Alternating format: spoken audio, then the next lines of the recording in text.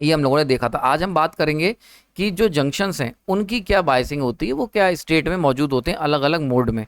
तो आप जैसे देख सकते हो, अगर हम जैसे मैंने बताया हर बार मैं एनपीएन ट्रांजिस्टर की ही बात करूंगा, NPN transistor because of high mobility of electrons और मेजॉरिटी ऑफ इलेक्ट्रॉन एनपीएन में मौजूद होते हैं। तो हम देख सकते हैं यहाँ पर अगर हम देखें ध्यान से एनपीएन, तो it will act as a two anti parallel diode, NPN NP, ठीक है। इसी तरीके से ये रहा anti parallel diode PN. So एक एनपीएन ट्रांजिस्टर आप कह सकते हो कि एक ना टू एंटी पैरेलल डायोड की तरह काम करता है। अब देखो ऐसे में यहाँ पे जो जंक्शन होगा, ये जो जंक्शन है इसको हम कह देते हैं J1 and this is the J2 junction. ये दो जंक्शंस होते हैं, सही।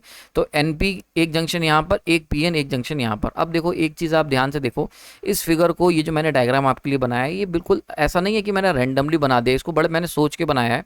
आपको मैंने याद होगा जब मैंने इलेक्ट्रॉनिक्स टू पावर इलेक्ट्रॉनिक की सीरीज कवर करी थी, तो एक बड़ा इंपॉर्टेंट लेसन वहाँ पर दिया था कि जो डिप्लीशन लेयर होगी, जो डिप्लीशन लेयर वो हमेशा, वो डिप्लीशन लेयर जो होती है वो हमेशा जो है जो लीस्ट डोप होता है उधर की तरफ एक्सपेंड करती है। यानी कि अगर हम लोग एक P प्लस और एक N माइनस को आपस में अगर माइक्रोस्कोपिक लेवल पर हम लोग मिलाते हैं, तो ऐसे में जो डिप्लीशन लेयर बनेगी वो जितना हैवली डोप्ड होगा उतनी पतली होगी उधर की तरफ, उतना कम पेनिट्रेट कर पाएगी, और जितना कम डोप्ड होगा उतनी ज़्यादा पेनिट्रेट कर पाएगी उस रीजन में। वही वाली बात जो मैंने बताया था ना कि 10 बंदे हमें दोनों पार्टी के ढूंढने हैं। अब जहाँ पर एक तरफ हैवली पॉपुलेटेड अगर हमारा सेमीकंडक्टर है, तो वहाँ पे जरा सी दूर में 10 मीटर चलने पर ही 10 लोग मिल जाएंगे।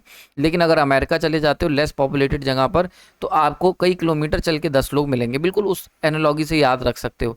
तो एनपी को अगर आप ध्यान से देखोगे, यहाँ पर जो बेस है दिस इज लीस्ट डोप्ड, ठीक है, पॉपुलेटेड कह रहा हूँ मैं, लीस्ट डोप्ड है। यानी कि P माइनस इसको हम शो कर सकते हैं, और ये N पॉजिटिव मतलब हैवली डोप्ड है। अगर ये हैवली डोप्ड है तो मैक्सिमम जो जो डिप्लीशन लेयर होगी वो इसी P रीजन के अंदर बनेगी। समझ में आ रही बात है।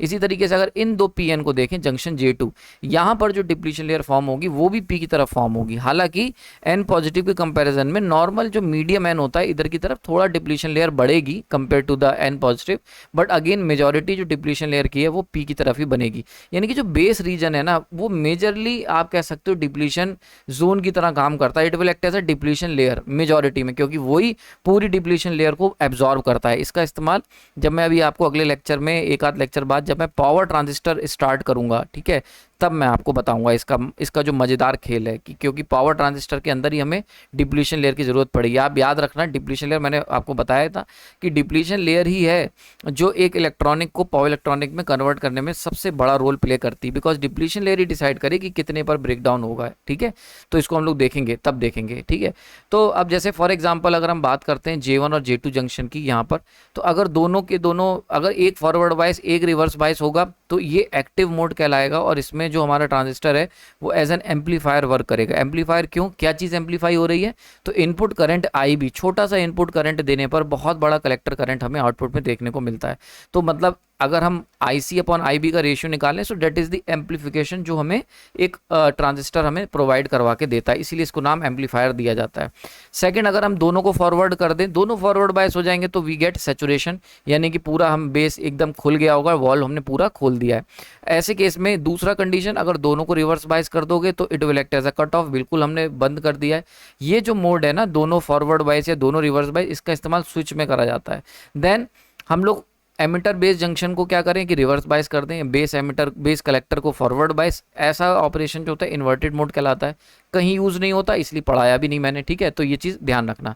तो इनमें से ये चीज़ आप समझ लो, तो J1 अगर फॉरवर्ड बायस है, J2 रिवर्स बायस है, तो यही सबसे ज़्यादा ऑप्टिमम जोन होता है जिसके लिए हम लोग BJT को यूज़ करते हैं एज एन एम्पलीफायर। और जब भी हम इन्हें सैचुरेट करवाना चाहते हैं या स्विच की तरह, तो हम लोग इसके लिए जो मोड जो है, मतलब दोनों को फॉरवर्ड बायस कर देंगे तो भाई हमारा स्विच ऑन, और दोनों को रिवर्स बायस तो स्विच ऑफ। ठीक है, क्लियर हो गया यहाँ पर।